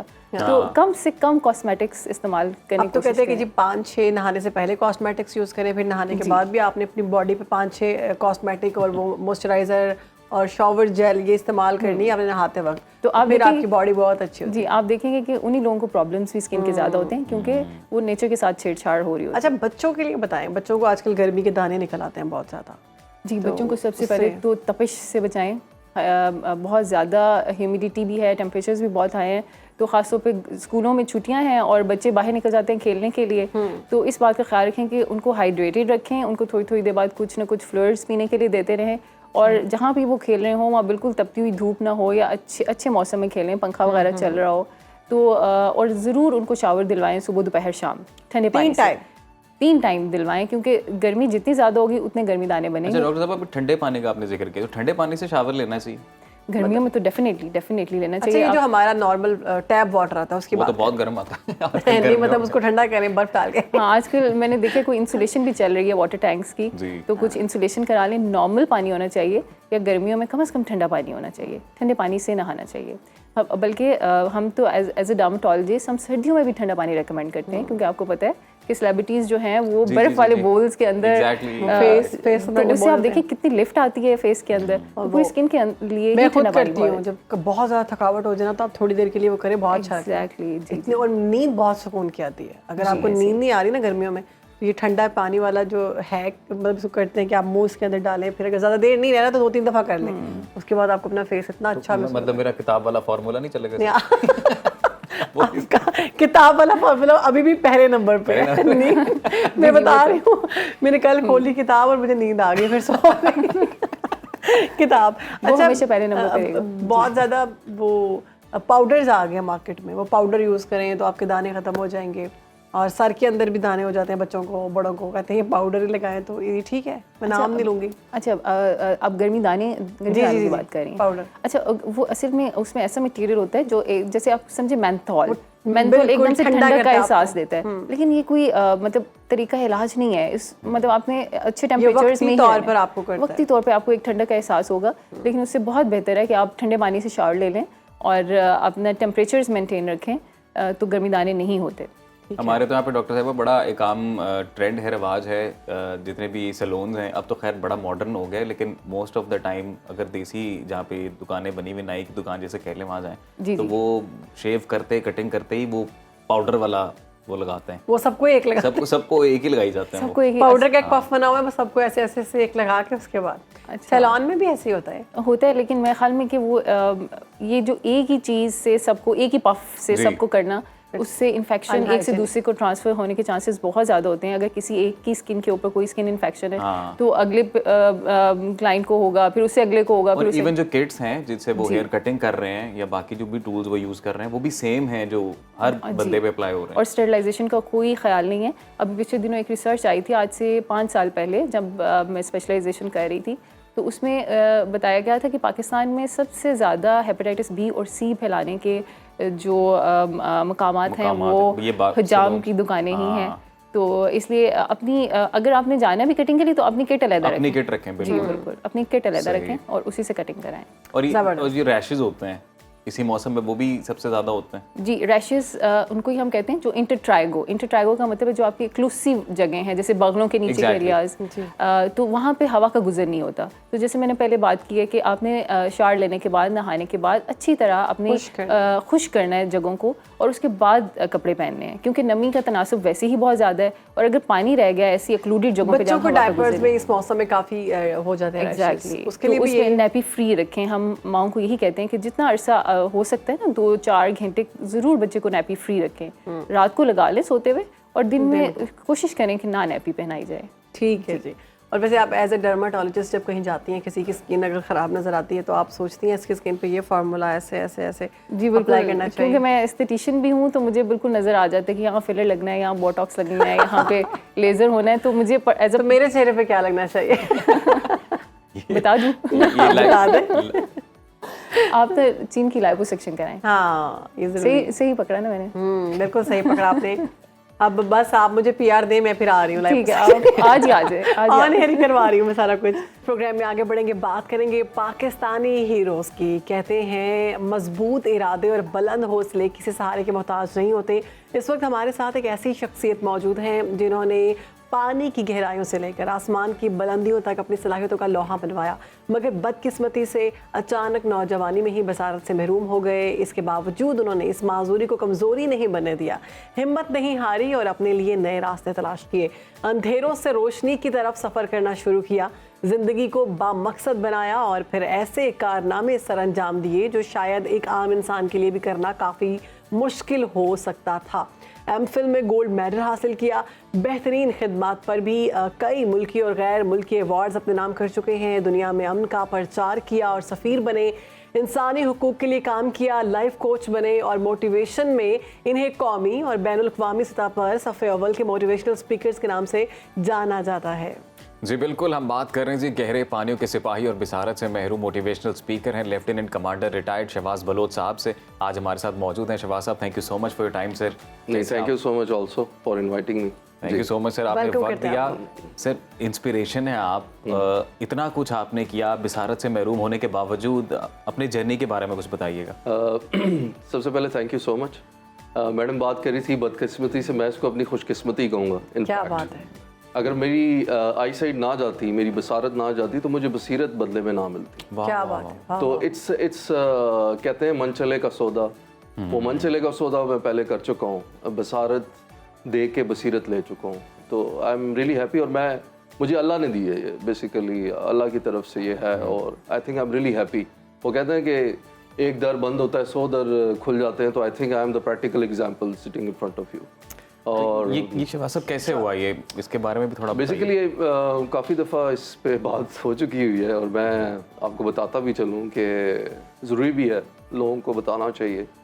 मैं पायलट था, फिर एक अनफॉर्चुनेट सर्जरी और इंसिडेंट की वजह से मेरी आई साइट चली गई, और उस टाइम पे that was a emotional breakdown, ठीक है, for certain people, certain human being जो इस तरह की इंजरी का शिकार होते हैं और इस तरह की प्रॉब्लम का शिकार होते हैं, चैलेंजेस का शिकार होते हैं, तो वो डिप्रेशन में चले जाते हैं, आइसोलेट। बिल्कुल ऐसे ही है।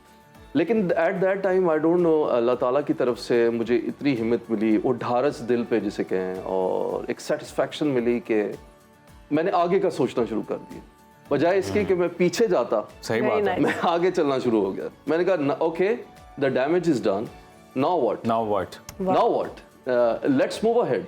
ठीक है, ये बड़ा ज़रूरी होता है कि जब आप इस तरह के इमोशनल ब्रेकडाउन में आते हैं, किसी वजह से भी हो सकता है, आपके रिलेशनशिप में ब्रेकडाउन है, आपकी कोई लव्ड वंस चले गए हैं आपके साथ, कोई और ऐसा इंसिडेंट हो कि आजकल छोटी छोटी बातों पे हमारी जो न्यू जनरेशन है, माशाल्लाह से आप भी यंग हैं, वो बिल्कुल हिम्मत हार देते हैं। रोजगार का मामला हो गया या कोई और, जैसे रिलेशनशिप की आपने बात की, तो वो हिम्मत हार देते हैं और जिंदगी से तंग आ जाते हैं और डिप्रेशन में, एंजाइटी में चले जाते हैं। इतना बड़ा लॉस कि आपसे आपकी देखने की सलाहियत किसी तरीके से भी छिन गई, हादसाती तौर पर।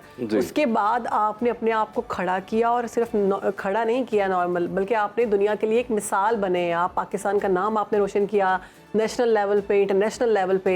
ये कितना मुश्किल था और इसके लिए कितनी हिम्मत चाहिए? देखें, जब आप गिरते हैं ना, तो याद रखें कि एक ऐसी चीज़ है जो बिलीफ सिस्टम है आपका, और आपकी जो हिम्मत है और डिटर्मिनेशन है, उसी वक्त टेस्ट होती है। आपकी करेज उसी वक्त टेस्ट होती है। जब तक आप इम्तिहान में जाएंगे नहीं, तो पता कैसे चलेगा कि आप कितने काबिल हैं।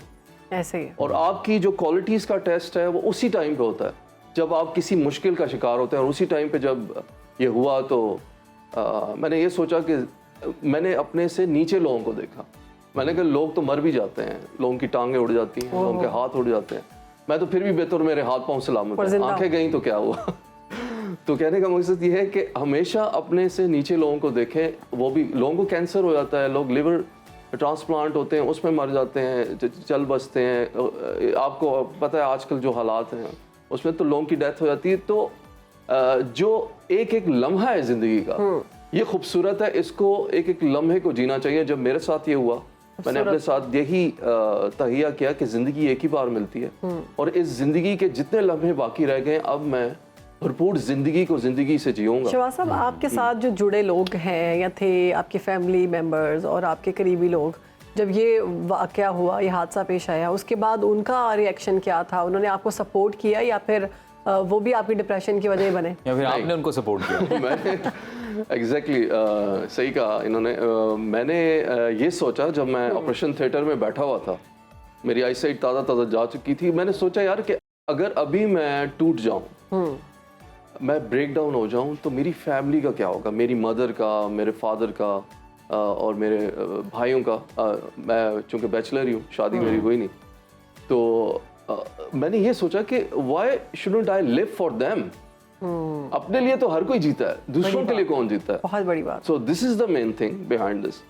ये कहना आसान है, इसको करना बहुत मुश्किल है, इंतहाई मुश्किल है। और याद रखिएगा, जो कर जाता है वो इस पूरी दुनिया में कामयाब हो जाता है। सक्सेस ये नेम है कि success is not the name of this achieving something. Success is the name of personal satisfaction, कि आपने 100% दिया, रिजल्ट डजंट मैटर।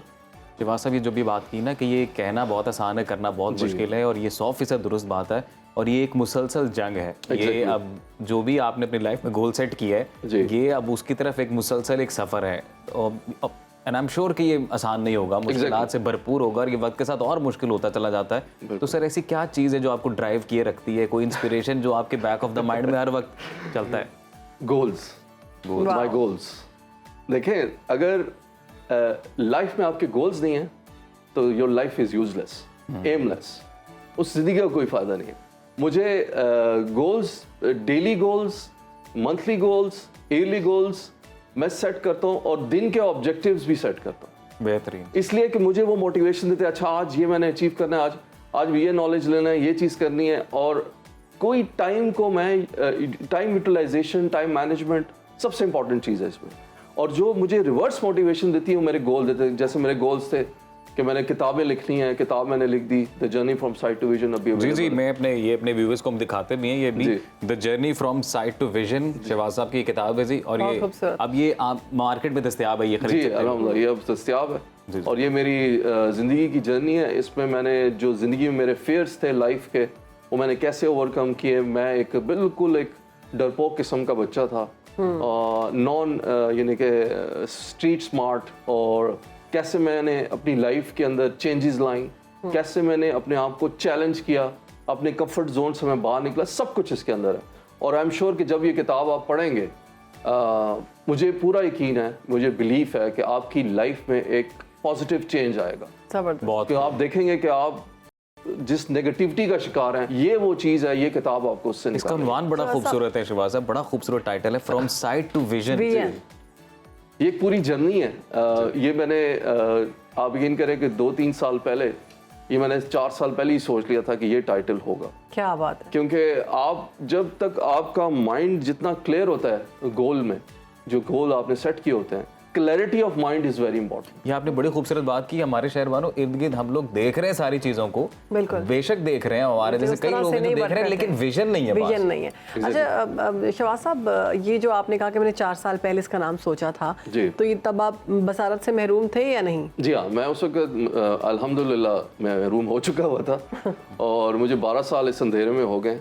लेकिन इस अंधेरे में जो मैंने रोशनी फैलाई है लोगों के लिए, और लोगों को जो रोशनी बहुत से आंखों वाले नहीं फैला सकते। Exactly, I am really lucky. देखिए, मैंने आपसे पहले कहा, अगर मैं होता तो एक पायलट होता जो एक सर्व कर रहा होता कंट्री को, लेकिन अब मैं मुल्क को भी सर्व कर रहा हूँ, पूरी दुनिया को भी कर रहा हूँ, लोगों को भी कर रहा हूँ। शहबाज साहब, मेरे दो सवाल, और वो वक्त की किल्लत के वजह से अगर आप इसका क्विकली आंसर करें सर। एक तो ये कि हमारे यहाँ बहुत लोग ये गिला शिकवा करते हैं कि हमारे पास शायद उस तरह की फैसिलिटीज़ नहीं है कि हम ये सब कुछ अचीव कर सकें लाइफ में, कि कंफर्टेबल लाइफस्टाइल होना चाहिए। एक ये सवाल होता है। और दूसरा सर ये बताइएगा कि सबसे पहले मैं चाहता हूँ आप बताएं कि आपने क्या क्या अचीवमेंट्स की, कौन से अवार्ड्स हासिल किए, और फिर तरीक़ाकार सर टाइम मैनेजमेंट किस तरह से कोई भी शख्स आज की ज़िंदगी में ये सब अचीव कर। अच्छा, हम अगर हिस्ट्री के एग्जाम्पल्स लें, जो अचीवर्स हैं, मुझे बताएं, कई लोग थे। Einstein was a college drop out, ठीक है। जो अगर हम कर्नल सैंडर्स की बात करें, KFC का मालिक, वो कई बार अपने प्रोफेशन से निकाला गया, ठीक है। वो he was only a chef, and में ज़िंदगी 65 साल की उम्र में सिर्फ उसके पास $85 $105 थे उसकी जेब में। सही। तो कहने का मकसद ये, it's not about the environment and factors, it's about the mindset. अगर मेरे पास माइंडसेट है, ठीक है, और मैं जो चीज़ अचीव करना चाहता हूँ, तो वो लॉ ऑफ अट्रैक्शन आपको उस तरफ लेके जाएगा, आपकी मंजिल की तरफ। पहली चीज़, with that is the nature law.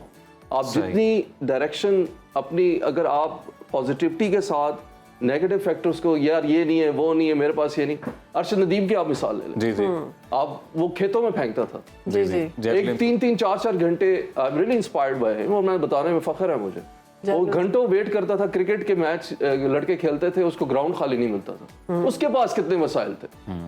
ये चीज बिल्कुल गलत है कि आपके पास वसाइल होंगे तो आपको कामयाब, आपको ग्राउंड सेट करके दिया जाएगा और आप कुछ बनेंगे। और हर जो आपके life is not a bed of roses. अपने अवार्ड्स के बारे में बताइए। और अवार्ड्स अभी मुझे रिसेंटली, मैंने आपको बताया, प्रेसिडेंट ऑफ पाकिस्तान अवार्ड मिला हुआ है मुझे, गोल्ड मेडलिस्ट हूँ, chief of naval staff letter of commendation मिला हुआ है। अभी रिसेंट पार्ट्स में मुझे मेडल ऑफ ऑनर मिला है, मेयर ऑफ हॉस्लो लंदन की तरफ से, किंग चार्ल्स की तरफ से, ऑन माई कम्युनिटी सर्विस। और इसके साथ साथ मैं, मुझे पहले भी क्रेस्ट मिली हुई है मेयर ऑफ लंदन की तरफ से ऑन माई अचीवमेंट्स। इसके साथ साथ मैं पब्लिक स्पीकिंग चैम्पियन भी हूँ टोस्ट मास्टर इंटरनेशनल का। तो list is a bit long, लेकिन एंड में जो कुरिया ये कि हर इंसान के अंदर ना अल्लाह ने एक क्वालिटी रखी है, दैट्स वाई ये फिंगरप्रिंट हर एक का डिफरेंट है। Fingerprint is different. तो हमें अपनी वो क्वालिटी पहचानने की जरूरत है। हमें उंगली उठाने की बजाय अपनी तरफ उंगली करनी चाहिए, ताकि हम अपने आप को पहचान सकें कि हाँ यार मेरे अंदर ये वीकनेस, दूसरों की कमजोरी की बजाय अपनी कमजोरी को पहले आपने शिवा साहब बहुत ज़्यादा अवार्ड्स लिए और आई एम श्योर कि भी एक ऐसी लिस्ट आपके माइंड में होगी कि जो आप मजीद अचीव करना चाहते हैं। उसमें सबसे पहले तो मेरी एक मैं एनजीओ एक कभी रजिस्टर करा रहा हूँ अपनी, that is in process, mayday foundation, welfare foundation. इसके साथ साथ मेरी लाइफ स्टोरी पे एक मूवी का प्रोजेक्ट है, वो मेरा टारगेट है कि वो नेटफ्लिक्स पे मैं उसको डालूं, ठीक है, ताकि लोगों के लिए, पूरी दुनिया के लिए इंस्पिरेशन बिल्कुल। और इसके साथ साथ फ्यूचर में और बड़े प्रोजेक्ट्स हैं जो भी सर उन प्रोजेक्ट्स में शादी कोई प्रोजेक्ट है? अच्छा ये शादी पहला प्रोजेक्ट जी, ये शादी भी है। देखो मैंने तो काफला बनाया हुआ है, इस काफले में शामिल होना चाहे तो I don't have any problem. शादी इज वेरी इंपॉर्टेंट थिंग जी जी।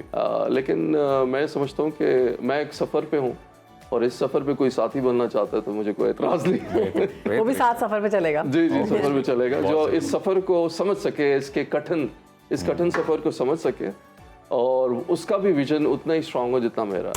जबरदस्त। कि मंजिल क्या है? क्या बात है। आपने मैंने इंट्रो में बताया था कि आप मोटिवेशनल स्पीकर भी हैं, लेकिन मैं समझती हूँ कि आप बैठी हुई एक बहुत बड़ी मोटिवेशन है। यानी हमारे पास बैठ के ये 10 से 15 मिनट में आपने इतनी मोटिवेशन दी है ना, इतनी पॉजिटिविटी है कि जिसका हिसाब नहीं। और इस टाइम, इस दौर में, इस कौम को ऐसे हीरोज की बहुत ज़रूरत है जो आपको मोटिवेट करें, जो आपको बताएं कि आप ये सब कुछ कर सकते हैं, सिर्फ आपकी मेहनत और लगन की ज़रूरत है। शिवा साहब, हमारे कंक्लूजन पे इस सेगमेंट के कोई वन लाइनर आप हमारे ऑडियंस को देना चाहें? ऑडियंस को मैं सिर्फ ये कहूँगा, जो मुझे बड़ा अच्छा लगता है ये टैग लाइन कि किसमें हिम्मत है हमें परवाज से रोके, हम परों से नहीं हौसलों से उड़ा करते हैं। वाह वाह वाह वाह, क्या कह रहे हैं। बहुत शुक्रिया आपका, बहुत मज़ा आया आपसे बात करके। नाज़रीन, निहायत अहम सेगमेंट है हमारा। आज 2 मुहर्रमुल हराम है और आज हम गुफ्तगू करेंगे कुरान और हदीस की रोशनी में अहले बैत के जिक्र और उनके मकाम के बारे में। तो बिल्कुल हमारे साथ हमारे गेस्ट मौजूद हैं, रिसर्च स्कॉलर हैं सैयद फहद अली काज़मी साहब। काज़मी साहब, वेलकम करते हैं आपको। कैसे हैं? अल्हम्दुलिल्लाह, आप लोग खैरियत से? अल्हम्दुलिल्लाह। ओवर टू यू जी। थैंक्स अ लॉट जी। 2 मुहर्रमुल हराम, और 2 मुहर्रमुल हराम वो दिन था जब इमाम अली मकाम, इमाम हुसैन अलैहिस्सलाम और आपके कंपेनियंस ने करबला में अपने कैंप्स को वहाँ पे पिच किया था। तो 2 मुहर्रमुल हराम एक इम्पॉर्टेंट डे है और आने वाले दिनों में हम कोशिश कर रहे हैं, क्योंकि ये जो हमारा सेगमेंट है मेरे हुसैन जी, हम इमाम अली मकाम की स्ट्रगल को इर्रिस्पेक्टिव ऑफ सेक्टेरियन एफिनिटी हम समझना चाह रहे हैं, फिरका वारियत से बालातर होके। बिल्कुल, क्योंकि इमाम अली मकाम एक यूनिवर्सल फिगर है और वो सिर्फ मुसलमानों के लिए नहीं बल्कि ग्लोबल हिस्ट्री में आपको दूसरा हुसैन नहीं मिलेगा। सच अ टावरिंग पर्सनैलिटी। तो आने वाले दिनों में इमाम अली मकाम की स्ट्रगल क्या थी, इमाम अली मकाम मदीना में जब मौजूद थे तब क्या उनके मतलब तर्ज अमल था, मक्का तशरीफ़ लेके गए, वहाँ पे क्या हुआ, मक्का से ट्रैवल किया तो वो क्या मामला थे, वो हम स्टेप बाय स्टेप ये इस सेगमेंट के थ्रू देखेंगे। और आइडिया ये है कि नौजवानों को ख़ास तौर पे हम एड्रेस करें कि एक आपका पर्सनल ताल्लुक़ इस शख्सियत के साथ बने जो कि बहुत बड़ी हमारे लिए रोल मॉडल है। एक बात और मैं आगाज़ में करना चाहता हूँ, हमारे यहाँ बहुत ही अनफॉर्चुनेट बात यह है कि हमने हीरोज़ को डिवाइड किया हुआ है सेक्टेरियन आइडेंटिटीज़ के अलॉन्ग। ये बहुत ही अनफॉर्चुनेट बात है। जब आप मुसलमान हैं तो सहाबा किराम हो, अहले बैत तहार हों, ये दोनों कैटेगरीज़ हमारे लिए इक्वली इम्पॉर्टेंट है अपने अपने दर्जे पर। ये हस्तियाँ, इनको फॉलो करना, इनको एम्यूलेट करना, क्योंकि इनका ताल्लुक़ सरकार दो आलम सल्लल्लाहु अलैहि वसल्लम के साथ है। तो इस बात को हमने बार बार एम्फसाइज़ करना है। मैं इसकी एक एग्जांपल क्विकली दूंगा और फिर हम आज के टॉपिक के ऊपर क्विकली बात करेंगे। हम जनाब मूसा अलैहिस्सलाम का जिक्र करना नहीं छोड़ सकते, इसलिए कि वो यहूदी भी उनको मानते हैं। नहीं, यहूदी माने ना माने, it is none of our business. Musa अलैहिस्सलाम हमारे भी नबी हैं, उन पर ईमान हमारे भी ईमान का हिस्सा है। जनाब मसीह अलैहिस्सलाम का जिक्र करना इसलिए छोड़ दें कि यार एक और ग्रोह उनको गलत इंटरप्रेट करता है, तो क्या छोड़ दें? नहीं, हम मसीह अलैहिस्सलाम को, ईसा अलैहिस्सलाम को उनका जिक्र भी करेंगे, उन्हें फॉलो भी करेंगे, वही उन पर ईमान भी हमारे ईमान का हिस्सा है। तो इसी तरह इमाम अली मकाम, इमाम हुसैन अलैहिस्सलाम, नवासा रसूल, उनका जिक्र करना पूरी उम्मत का शरफ है और उनकी कुर्बानी को याद करना ये पूरी उम्मत के लिए ज़रूरी है। बेशक। तो सेक्टेरियन आइडेंटिटी से निकल कर हमने इमाम अली मकाम को और अहले बैत को समझना है। अहलुल बैत कौन है? बैत घर को कहते हैं। तो these are the people of the house. People of the house. ये किसका घर है? ये सरकार मदीना सल्लल्लाहु अलैहि वसल्लम का, सरकार दो आलम सल्लल्लाहु अलैहि वसल्लम का घर है। यानी वो लोग जिनको रब्बुल इज़्ज़त ने अज़ल में चूज़ किया कि ये लोग नबी की फैमिली वाले होंगे, अहलुल बैत। इस बात की इम्प्लिकेशंस को ज़रा अंडरस्टैंड करें। कुरान अज़ीम शान की बहुत सी आयात हैं जो अहलुल बैत के कॉन्स्ट्रक्ट को हमारे सामने रखती हैं। पीपल ऑफ द हाउस की जो सेंट्रलिटी है, उनकी जो प्रोमिनेंस है, वो हमारे सामने आती है। उलमाए हक इन आयात को अक्सर बयान करते रहते हैं। मैं स्टूडेंट्स के लिए 2 आयात क्विकली आपके सामने रख रहा हूँ। ये आयत है सूरह अहज़ाब की, जो 33वां सूरा है, उसकी 33वीं आयत का टुकड़ा है। अल्लाह रब्बुल इज़्ज़त फरमाते हैं, आयत का मफ़हूम है, ए नबी के अहले बैत, अल्लाह तो यही चाहता है कि आपसे हर तरह की रिज्स को दूर कर दे, नापाकी को दूर कर दे, और आपको ऐसे ताहिर कर दे, आपको ऐसे पाक कर दे जैसे पाक करने का हक हो। यह आयत का मफ़हूम मैंने आपके सामने रख दिया। अब जब ये आयत नाजिल हुई तो नबी अलैहिस्सलातु वस्सलाम साहिब कुरान है और सबसे बड़े और सबसे पहले मुफस्सिर कुरान भी हैं। अब जो इंटरप्रिटेशन आका करेंगे वो हमारे लिए बाइंडिंग होगी, हम उससे सर 1 इंच भी इधर से उधर नहीं हो सकते। बिल्कुल। तो बीबी आयशा सदीक़ा तय्यबा ताहिरा रज़ी अल्लाह ताला अन्हा रिवायत करती हैं, बीबी उम्मे सलमा उम्मुल मोमिनीन रज़ी अल्लाह ताला अन्हा वो भी रिवायत करती हैं। दोनों बीबियों ने रिवायत किया। फरमाती हैं बीबी आयशा का पहले वर्जन अगर देखें कि नबी सल्लल्लाहु अलैहि वसल्लम मेरे हुजरे के अंदर मौजूद थे। नबी सल्लल्लाहु अलैहि वसल्लम ने एक ऐसी एक मुनक्कश चादर पहनी हुई थी जिसके ऊपर कजावों के जैसे निशान होते हैं, वो सैडल्स के निशान, उस तरह की एक वो चादर के ऊपर डिज़ाइन था। आपने वो चादर ओढ़ी हुई थी। इमाम हसन तशरीफ़ लाए, आपने चादर के अंदर रैप कर लिया। इमाम हुसैन तशरीफ़ लाए, चादर में रैप कर लिया। हदीस के साथ बीबी सैयदा कायनात आई, उनको भी रैप कर लिया। हज़रत अली और मुर्तज़ा आए, उन्हें भी रैप कर लिया। और यूं आपने इन चारों हस्तियों को अपनी आगोश में लेके इनको रैप कर लिया अपनी चादर के अंदर। और फिर इस आयत की तिलावत फरमाई कि अल्लाह तो यही चाहता है अहले बैत के आपसे हर तरह की रिज्स को दूर कर दे और ताहिर कर दे। प्रॉफिट सल्लल्लाहु अलैहि वसल्लम ने उस मौके के ऊपर दुआ की, इलाहुल आलमीन ये है मेरे अहले बैत, सुभान अल्लाह, ये है मेरी फैमिली, इनको वैसे ताहिर कर दे जैसे ताहिर करने का तेरा इरादा है। यही मामला जो है हज़रत उम्मुल मोमिनीन बीबी उम्मे सलमा के काशाने के अंदर भी हुआ। बीबी उम्मे सलमा फरमाती हैं इसी तरह नबी सल्लल्लाहु अलैहि वसल्लम ने चारों हस्तियों को अपनी चादर के अंदर रैप करके रखा और यही दुआ पड़ी। और बीबी उम्मे सलमा, एक ह्यूमन बात है ना, जब नबी सल्लल्लाहु अलैहि वसल्लम दुआ कर रहे हैं और वो सारा मामला, और इसके तो उनका भी दिल किया। उन्होंने भी नबी सल्लल्लाहु अलैहि वसल्लम से पूछा, अर्ज़ की, या रसूलल्लाह क्या मैं भी इस चादर के अंदर दाखिल हो सकती, यानी मुझे भी एजाज़? तो आका अलैहिस्सलातु वस्सलाम ने फरमाया आप खैर पर हैं, यानी आपका दर्जा अपने दर्जे पे वो भी बुलंद है, मगर ये जो दुआ है, ये जो अभी का मामला है, वो ऑफ कोर्स इन 4 हस्तियों के साथ। तो नबी सल्लल्लाहु अलैहि वसल्लम प्लस दीज 4 इंडिविजुअल्स, इनको इसलिए इस्तिलाहन हमने कहा पंजतन पाक, द प्योरिफाइड 5, द ब्लेसेड 5।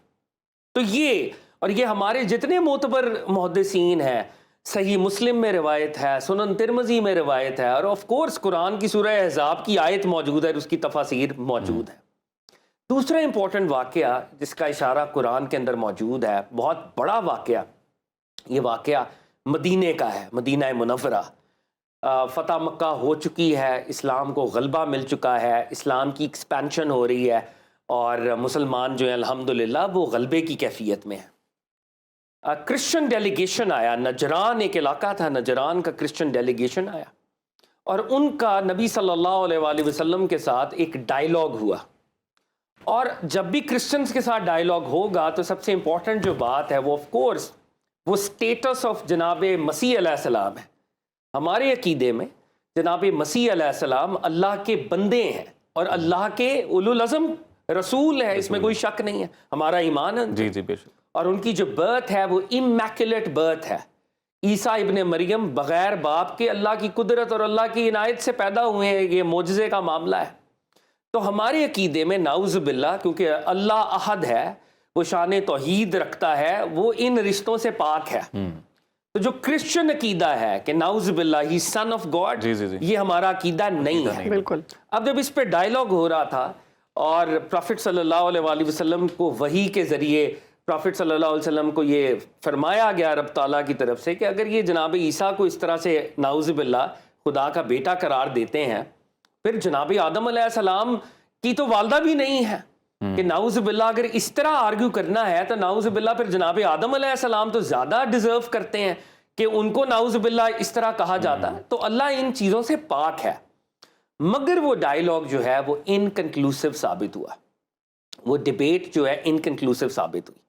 उस दौर में होता ये था कि जब डायलॉग इनकंक्लूसिव हो जाता था तो एक रिचुअल थी और उस रिचुअल को कहते थे मुबाहिला। सही। दोनों पार्टीज के जब आर्गुमेंट्स ख़त्म होते थे तो फिर दोनों पार्टीज जो हैं खुदा की बारगाह में दुआ करती थी। ठीक। और जो सच्चा होता था वो बच जाता था, जो झूठा होता था खुदा की लानत और खुदा का अजाब उस पर नाजिल होता था। बेशक। उसी टाइम पे ये होता था। उस वक्त कोई अजाब की कैफियत या खुदा का कोई साइन, वो कुछ भी हो सकता था, वो नाजिल हो जाता था। यानी दोनों पार्टीज के दरमियान जब फिजिकल डायलॉग अगर इनकंक्लूसिव है तो जो दोनों पार्टीज हैं वो एक स्पिरिचुअल डायलॉग करती थी और अपने अपने खुदा को पुकारती थी। जो सच्चा होता था उसके हक में कोई साइन नाजिल होता था और जो झूठा होता था उसकी बर्बादी का कोई साइन नाजिल होता था। अब सूरह आले इमरान की 61वीं आयत, अल्लाह रब्बुल इज़्ज़त, मैं इसका मफहूम आपके सामने रख रहा हूँ, प्रॉफिट सल्लल्लाहु अलैहि वसल्लम को कहा कि अगर ये अब लोग नहीं मान रहे तो इन्हें कहें कि फिर ये हमसे मुबाहिला कर लें।